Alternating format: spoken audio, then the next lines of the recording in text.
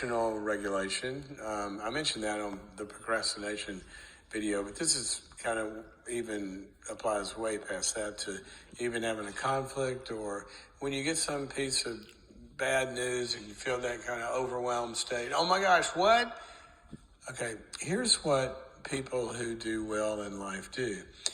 That overwhelming kind of when something just hits you, I want you to develop kind of a habit of reframing that moment, okay, when it hits you, to this sentence, something like this. Okay, well, this is a problem to be solved. What do I need to do? And that's where you begin to break it down into some steps, and that'll depend on what the problem is.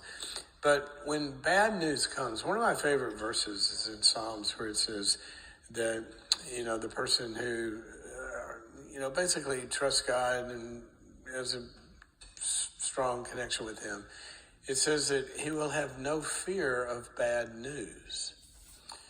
Now, that fear of bad news is going to come.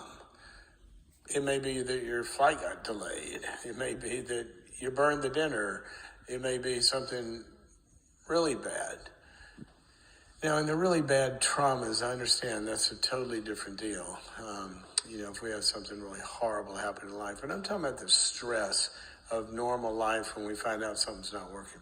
When that happens, immediately just say, okay, so this is a problem to be solved. I can solve this. What are the steps? Maybe I'd sit down and talk to the person.